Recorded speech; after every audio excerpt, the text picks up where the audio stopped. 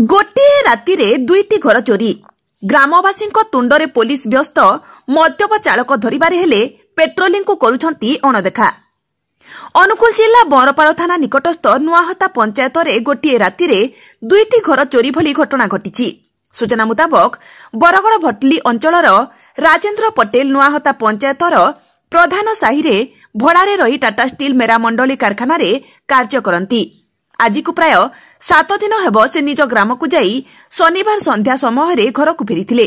राति रे घर मुख्य गेट ताला पकाई शोइथिबा बेले राति प्राय 2 घटिका समय राजेन्द्र स्त्री घरे चोर पशिथिबा जानिपारी चित्कार करबा फलरे चोर दौड़ी पलाइथिला। चोर को राजेन्द्र धरिबा को उद्यम करबा बेले चोर हाथ में धरिथिबा मरणांतक अस्त्र रे मारी देबार धमक देबारु राजेन्द्र आउ धरिबा को उद्यम करि नथिले। सेहिपरि सेही राति रे नुआहता बालीसाहीर शरत दल बेहरांक घरे केन्दुझर जिलार रवीन्द्र महारणांक घर ताला भांगी चोरी होईछि। राजेन्द्रंक घरु 1.5 लाख टंकार सुना और नगद 4000 टंका चोरी होइतिबा बेले रवीन्द्रंक घरु सुना मुदी और नगद 5000 टंका चोरी होईछि। तेबे राजेन्द्र घर चोरी होइतिबा नेई थाना रे अभियोग करिथिबा बेले रवीन्द्र थाना रे अभियोग करिनाहांती।